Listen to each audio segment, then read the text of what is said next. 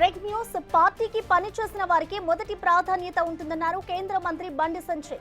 హుజరాబాద్ లో తనకు పార్టీకి తక్కువ ఓట్లు రావాలని కొంతమంది పనిచేశారని, అలాంటి వారికి టికెట్లు ఇవ్వాలా అని ప్రశ్నించారు ఆయన. బీజేపీలో వర్గాలు ఉండవని, అలా అనుకుంటే అది వారి మూర్ఖత్వమే అన్నారాయన. ఇటు వ్యక్తి కోసం పనిచేసే రాజకీయాలను ఎప్పటికీ ప్రోత్సహించబోమని స్పష్టం చేశారు. అన్ని వర్గాలు మోడీ వర్గంగా మారాలని, పార్టీ కోసం, పార్టీ అజెండా కోసం పనిచేయాలని సూచించారు బండి సంజయ్. జనతా పార్టీలో ఈ వర్గం ఆ వర్గం ఉండదు. ఎవరు అనుకుంటే వాళ్ళ మూర్ఖత్వం. ఒక్కడి జెండా కోసం పనిచేయాలి, పార్టీ కోసం పనిచేయాలి. వ్యక్తి కోసం పనిచేస్తే పార్టీలు ప్రోత్సాహం ఉండే ప్రసక్తి లేదు. నా కోసం పనిచేస్తూ ఉండదు, ప్రసక్తి లేదు. దాన్ని ఎప్పుడు ప్రోత్సహించము, దాన్ని అనుమతించము. దాన్ని హుజరాబాద్ నియోజకవర్గంలో కరీంనగర్ పార్లమెంట్లో ఆ పద్ధతి పోయింది. ఎక్కడ లేని సమస్య ఇక్కడికి వస్తున్నది, ఎక్కడ లేని సమస్య ఇక్కడికి వస్తున్నది.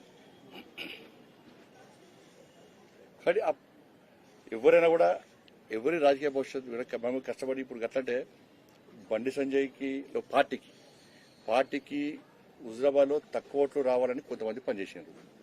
వాళ్ళ టికెట్ ఇవ్వమంటారా? చెప్పు, ఇవ్వమంటారు వాళ్ళ టికెట్లు? వీళ్ళంతా కష్టపడి పనిచేశారు. వీళ్ళు ఏ వర్గం? ఈయన ఎవరి ద్వారా చేయండు? ఈయనకి ఎదిగిస్తున్న నిధులు, వీళ్ళకి ఎదిగిస్తున్నా వీళ్ళకి ఎదిగిస్తున్న నిధులు.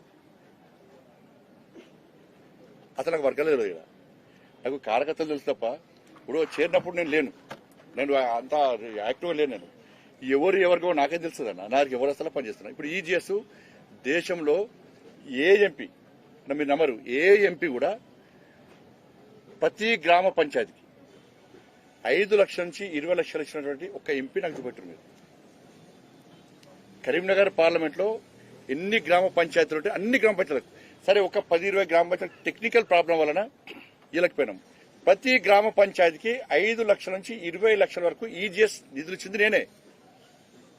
ఇప్పుడు ప్రారంభోత్సవాలు చేస్తున్నాం. మేము ఒక్కొక్క మండలానికి 1.5-2 కోట్ల నిధులు ఇచ్చినాం.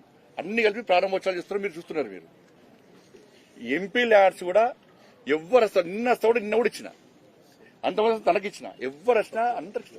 అవి దేనికోసం మనకు కావాల్సింది ఎవరు గెలవాలి? పార్టీ కోసం కష్టపడ్డటువంటి ఇలా ఇది కార్యకర్తల ఎలక్షన్స్ అన్న. వాళ్ళు పార్టీ కోసం కష్టపడి గెలిపించారు. ఆ గెలిపించడం మళ్ళీ వాళ్ళు ప్రజాప్రతినిధులు చేయాల్సిన బాధ్యత మా మీద ఉంటుంది. లేకుంటే దానంత మూర్ఖత్వం ఇంకోటి ఉండదు.